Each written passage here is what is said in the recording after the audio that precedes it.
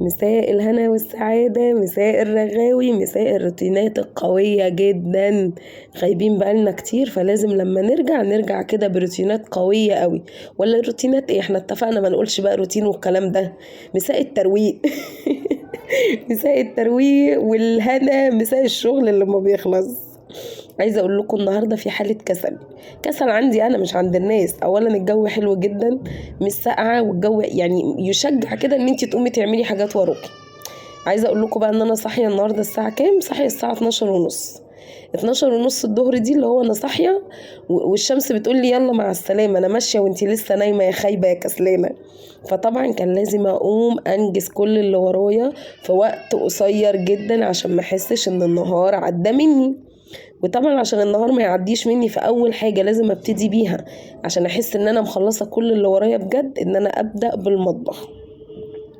12 ونص الظهر دي يعني كان المفروض ان انا ببتدي احضر في الغدا، يعني نكون فطرانين وشاربين النسكافيه بتاعنا والولاد صاحيين ونحضر الغدا. بس بما ان انا كسلانه بقى يا حلوين، ابتديت بقى بالروتين القوي وابتديت بالغدا على طول. تعالوا بقى نشوف هنعمل ايه قبل ما نحكي في الفيديو بتاعنا النهارده ونقول هنعمل ايه في يومنا الطويل النهارده. تعالوا نصلي على الحبيب قلبنا يطيب. اللهم صل وسلم وبارك على سيدنا محمد وعلى اله واصحابه اجمعين. بما اني بقى يا بناتي حلوين، انا بقالي كتير كسلانه جدا في كل حاجه. كسلانه ان انا اعمل فيديوهات، وكسلانه افتح لايفات، وكسلانه اعمل كل حاجه في حياتي. فقررت ان شاء الله ان شاء الله ان شاء الله من غير مقاطعه، ادعوا لي كده كتير كتير كتير، ان شاء الله اطرد الكسل دوت وارجع نشيطه زي الاول واحسن باذن الله. النهارده بقى يا بنات زي ما قلت لكم، صحيت الساعه 12 ونص، لقيت خلاص النهار بيجري مني. لا، ما ينفعش النهار كده يجري مني ويسبقني وانا ما خلصتش اللي ورايا. اول حاجه عملتها كده قلت لازم ادخل المطبخ اشوف عندي ايه. عايزه اقول لكم امبارح كنت عامله عدس. الجو كان يعني الى حد ما ساقع شويه، فقلت اعمل عدس كده يدفي الولاد، وبصراحه دي بالنسبه لي بتبقى اسهل طبخه. وكمان بما ان الظروف الماديه على قدها شويه يا ولاد. فكان لازم اعمل اكل يكون مش مكلف عشان اقدر احافظ على الميزانية بتاعتي. زي ما انتوا عارفين ان زوجي العزيز ربنا يشفيه يا رب ويقومه كده بالسلامة، كان عنده كده ظروف مرضية، يعني مشكلة كده في دراعه، فكان واخد اجازة من الشغل فترة طويلة. فطبعا الماديات كانت بعافية شوية، بس ده مش معناه ان انا اقعد اشتكي واقول انا مش معايا، انا مش لاقيه اكل، انا لا. كان لازم طبعا احافظ على بيتي وافضل ماشية وماشية ولادي على قد ما اقدر في نفس المستوى اللي كانوا عايشين فيه وباباهم بيشتغل. فكنت لازم اقعد احسب ميزانيتي على جنب كده مع نفسي مع حالي. واقدر امشي بيتي عشان برضو جوزي نفسيا ما يبقاش متضايق او يحس ان هو لما قعد الست مثلا اللي معاه ديت مش قادرة تمشي البيت، او مثلا ايديها مخرومة. وكل شويه مضيعه فلوسها. لا، كان لازم ابقى ست مدبره كده وموفره. فزي ما قلت لكم بقى امبارح كنت عامله عدس، منها بقى حاجه تدفي الولاد، وكمان منها تمشي على قد الميزانيه. النهارده بقى صحيت الولاد بقى يا ماما لا احنا مش هناكل عدس تاني، مع ان كانت الحله مليانه والله يا ولاد، طبعا مش هرميها. وطبعا مش هاكلها لوحدي. فقعدوا يقولوا لي لا يا ماما احنا مش هناكل عدس تاني. فبرضه لازم اعمل اكله كده مدبره برضه تقعد معايا. انا زي ما عودتكم يا بنات ان انا الاكله بعملها بحبها تقعد معايا يومين، مش عشان توفير، يعني هو ممكن يبقى توفير للماديات وفي نفس الوقت توفير للوقت وراحة ليكي. يعني مثلا انا بحب النهاردة اطبخ الاكلة تقعد معايا لتاني يوم. ليه؟ تاني يوم ده بدل ما اضيع يومي في الطبيخ او ان انا افضل اعمل اكل تاني وطول النهار غسيل مواعين، لا، ممكن بقى ايه الفترة اللي انا بعمل فيها الاكل دي اعمل فيها روتين عميق لأوضة. عندي مثلا دولاب عايزه تروق ترويقه حلوه، عايزه مثلا اصبن مثلا الحمام، عايزه مثلا اعمل روتين عميق في الانتريه كده. يعني المهم يبقى عندنا وقت ننظم فيه حياتنا ما بين بقى الترويق وما بين الاكل، ما بين المدارس الدروس المذاكره الشغل الحاجات دي كلها. فزي بقى ما قلت لكم كنت محتاره جدا، وكمان انا صاحيه 12 ونص. 12 ونص دي يعني اكيد مش لسه هعمل فطار وبعدين اقعد ادور على الغدا، كده مش هينفع والميزانيه هتبوظ. فقلت لهم اقول لكم احنا هنعمل 2 في 1. يعني ايه بقى 2 في 1؟ يعني هنفطر ونتغدى مع بعض. طبعا 12 ونص دي بقى قبل ما قمت كده وصحصحت وغسلت وشي وفتحت الشبابيك كانت بقت 1. دخلت بقى يا حلوين مسكت المواعين، زي ما انتم شايفين كم المواعين اللي عندي. كمان الولاد احنا خلاص خلصنا امتحانات، فبيفضلوا سهرانين طول الليل، فزي ما انتوا شايفين بقى يعملوا بقى حاجات حلوة ياكلوها، يعملوا اكل ياكلوه لو جعوا بالليل كده يعني. فطبعا المطبخ زي ما انتوا شايفين كمية مواعين رهيبة. فاول حاجة كده عملتها ان انا قلت اغسل مواعيني، لان انا بالنسبة لي المطبخ نضيف، يعني خلاص انا ما عنديش حاجة في البيت تتعمل، المطبخ نضيف كل حاجة نضيفة. غسلت بقى المواعين كده وقلت لهم احنا النهاردة هنعمل ايه؟ هنعمل أكلة نكمل بيها مع العدس، يعني مركنش العدس وما اضطرش ارميه في نفس الوقت، ما يقولوليش مثلا نعمل طبخ جديد. طبعا لو عملتي اي اكله جديده الاكله اللي قبلها خلاص كده هتترمي. قلت لهم بصوا احنا هنعمل النهارده اكله حلوه، وفي نفس الوقت نسخن العدس معاها ونحطه ونتغدى بالمره، مش لسه بقى نحط فطار والكلام ده كله، لا هو مره واحده. طبعا دخلت بقى خلصت المواعين وابتديت بقى اعمل الغدا. عايزه اقول لكم اكله النهارده حلوه قوي، اغلبيه الناس بيحبوها، يعني هي اكله شعبيه اغلبيه الناس بيحبوها، ويمكن اغلبيه ستات مصر بيعشقوا الاكل ده، بيقولوا عليه اكل حرش، يعني احنا بنسميه اكل حرش والله. اللي هو انا بالنسبه لي يعني دي احسن من ان انا اعمل طبيخ وفراخ والحاجات دي كلها، والله بيبقى اكل حلو وبيشبع وبياكل، يعني تحس ان هو ما شاء الله ما شاء الله اكل كده بيخليكي تاكلي نفسك مفتوحه للاكل. طبعا محدش بيستغنى عن الطبيخ والفراخ او اللحمه والحاجات دي والسمك، بس الاكله دي بتبقى حرشه كده، اكله حلوه. المهم بقى يا بنات تعالوا معايا عشان نشوف هنبتدي ايه الاكله بتاعتنا الحلوه الجميله. بص النهارده بقى قلت لهم انا هعمل لكم بطاطس محمره ونعمل شكشوكه. شكشوكه دي عشان الناس اللي ما تعرفهاش بقى، يعني البلاد التانية بتتفرج عليها ما تعرفش الشكشوكه دي بيض بالقوطه والفلفل وبصل.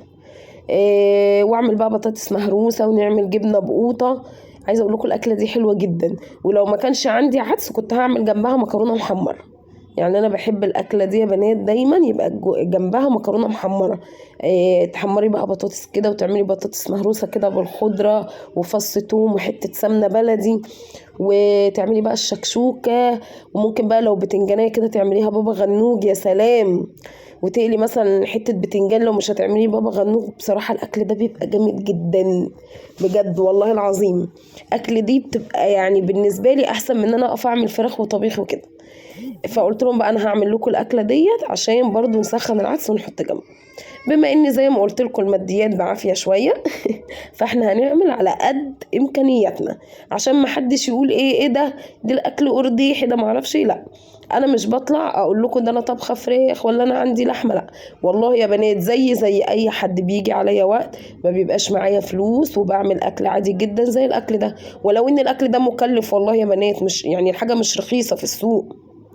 انت اكله زي دي ممكن تعدي منك ال100 جنيه واكتر كمان، انك تجيبي بطاطس وبيض وقوطه وبصل ولو هتعملي مثلا جنبها شويه مكرونه ولا بتنجان مقلي ولا بابا غنوج، والله مكلف جدا. يعني عشان ما حدش يقول ايه ده الاكل ده هي عامله عشان الاكل رخيص مثلا، او ان هي معهاش فلوس، لا ده اكل مكلف. بس انا بصه ان هو منها بيبقى تغيير، وفي نفس الوقت على قد امكانياتي. برضو بيجي عليا وقت بيبقى الحمد لله الحمد لله ربنا بيبقى كريمني وبعمل لولادي كل حاجة، اعمل فراخ وطبيخ، اعمل سمك، مكرونة بشاميل، بانيه. بس احنا اليومين دول الميزانية بعافية. مش عايزين نكذب بقى، اليومين دول الميزانية بعافية، احنا في نص الشهر فلازم الميزانية تبقى بعافية. احنا الميزانية بتاعتنا بتبوظ من يوم 10 في الشهر. المهم بقى يا حلوين زي ما انتوا شايفين، بما اني بقى الميزانيه بعافيه فانا عملت بقى ايه الاكل زي ما انتوا شايفين. ما عنديش سمنه بلدي عادي الدنيا مش هتقف، هرست شويه البطاطس وقطعت عليهم كده شويه شبت وبقدونس، انا بحبها بالخضره حتى ولادي بيحبوها كده. وحطيت بقى شويه ملح ورشه زيت شويه كمون، وعملت البطاطس. ايه ما اتاكلتش؟ اتاكلت بألف هنا وشفا. تعالى يا زيزو خليه يجي. زيزو يا جماعه عادي لازم يطلع معايا في كل حاجه، خلاص سيب له الباب. بس عملت بقى البطاطس زي ما قلت لكم، ما اتعملتش لا اتعملت واتاكلت بألف هنا وشفا. هنعمل بقى برضو شويه جبنه بقوطه. عايزه اقول لكم ان انا كان عندي بقيه جبنه كده في التلاجة، برضو قلت بدل ما تبوظ او تنشف، لما بتقعد الجبنه فتره كبيره في التلاجة بتنشف، فقلت برضو بدل ما تبوظ لا اطلعها واعملها كده طبق جبنه بقوطه. فروحت بقى مقطعه قطيتين كده حلوين جمال زي ما انتوا شايفين، وحطيت عليهم برضو الجبنه. ما عنديش زيت زيتون، هل ما ناكلش جبنه بقوطه عشان ما فيش زيت زيتون؟ لا عادي قطعت القوطة وحطيت الجبنة وحطيت عليها نقطتين زيت من الزيت العادي، مفيش مشكلة. ما توقفيش نفسك، يعني ما تقوليش لا انا بشوف في الفيديوهات بيحطوا زيت زيتون على الجبنة، لا الجبنة دي مش هتبقى حلوة. توقفيش نفسك، اعملي الحاجة زي ما تربيتي عليها. معاكي تزودي وتعملي الأحسن مفيش مشكلة، اعملي. ما معاكيش زي ما بيقولوا كده عيشي عيشة أهلك. بجد والله ما توقفيش نفسك. انا ما احبش اوقف نفسي، ولا احب بقى اقعد اعمل وازوق وعشان الناس يقولوا ايوه دي بتطلع تعمل اكل كويس، دي على طول بتعمل لحمه وسمك. انا بطلع اوريكم عيشتي اللي انا عايشاها، ما بتجملش، ما بعملش حاجه انا ما بعملهاش في حياتي، لا. هنا بقى خلاص خلصنا الاكل زي ما انتم شايفين بقى، وسخنت كمان العدس وحطيته ناكل جنبه. زي اقول لكم اكله كانت حلوه قوي. خلصنا بقى الغدا، تعالوا بقى للاهم والمهم. من حقك بعد كل بقى غدا كده وترويقه تاخدي شاور كده جميل. انا حضرت هنا هدومي اللي انا بقى هاخد الشاور والبسها، والحاجات اللي انا بستعملها. ده بقى بادي سبلاش كده، انا بحبه قوي، بحطه جميل بصراحه، بيقعد معايا فتره طويله، يخلي ريحتك حلوه كده. وكمان بما اني انا بشرتي جافه جدا جدا جدا جدا في الشتاء، فدايما المرطب ده ما بستغناش عنه، لان هو تقيل، فانا بشرتي جافه، فببقى محتاجه ان يعني بشرتي تشرب كمية مرطبات كبيرة، فانا بجيب المرطب ده حلو قوي. وكمان السبراي ده انا بحبه بينك، ما بغيرهوش بعد بقى ما تاخدي الشاور كده وتلبسي ترشيه كده عشان الراجل ما يقولش عليكي مش عارفه ايه. كمان دي صنفره بقى للوش، مره بقى كده في الاسبوع، يعني مره بعد ارهاق الاسبوع كده مع شاور حلو، اروح عامله بقى صنفره بقى الوش كده، دي بالصبار والخيار تعملي صنفره واغسل وش كده ونحط المرطب ونبقى كده ايه، فله شمعة منوره. ايوه، ما برضو الناس اللي قاعده معاكي في البيت لها حق عليكي دايما تشوفك كده في احسن صوره، يعني مش عايزين نبقى طول النهار من غسيل لطبيخ لكنيس لترويق ونعمل زي اسمها ايه، لا لا مش عايزين كده. هنا خلاص بقى خدت الشاور وكنت خلاص رقت، قلت بقى نعمل كوبايه نسكافيه حلو. عايزه اقول لكم والله العظيم يا بنات، حرفيا بقالي فتره الصداع مش بيسيب دماغي. مش هقول لكم بقى مش بيسيب دماغي من قله النوم ولا الكلام ده، لا لا، ده هو تفكير، مجرد تفكير. إيه، كنت عايشه في حاجه معينه وفجاه الدنيا لخبطت معاكي شويه، فطبيعي بتقعدي تفكري مذاكره الولاد، الدروس، شغلك، بيتك. فدايما دماغ الست بالذات ما بتقفش عن التفكير. فحرفيا بقالي فتره والله يا بنات الصداع مش سايبني. فقلت بقى ايه، خلاص بما اني خدت الشاور بتاعي الحلو كده ومخلصه كل اللي ورايا وعملنا غدانا وكمان غسلت المواعين بعد الغدا، عملت بقى كوبايه نسكافيه حلوه جميله كده تظبط دماغي. لان حرفيا تقريبا انا بقيت مدمنه نسكافيه ولا ايه مش عارفه. اليوم اللي بيعدي من غير ما اعمل نسكافيه والله يا بنات طول النهار ببقى مصدعه. جبت كمان اقراص كده للصداع، يعني هو نوع قراص كده مش وحش، يعني مش حاجه يعني تضر. جبته برضه، قلت اخد قرصين كده واشرب كوبايه النسكافيه يظبط لي دماغي عشان اقعد رايقه. قد ايه احساس بيبقى حلو قوي لما تبقي مخلصه كل اللي وراكي ومخلصه اكلك والولاد واكلين وبيتك نظيف وشقتك نظيفه، وكمان تعملي بقى كوبايه النسكافيه بتاعتك. مش شرط نسكافيه، ممكن لو شاي، كوبايه شاي بالنعناع، كوبايه نعناع، كوبايه ينسون، اي حاجه ترطب عليكي كده وانتي قاعده. جبت بقى خلاص عملنا النسكافيه ورطبنا على نفسينا، قلت بقى اقعد اشرب كوبايه النسكافيه واطبق تل الغسيل اللي عندي.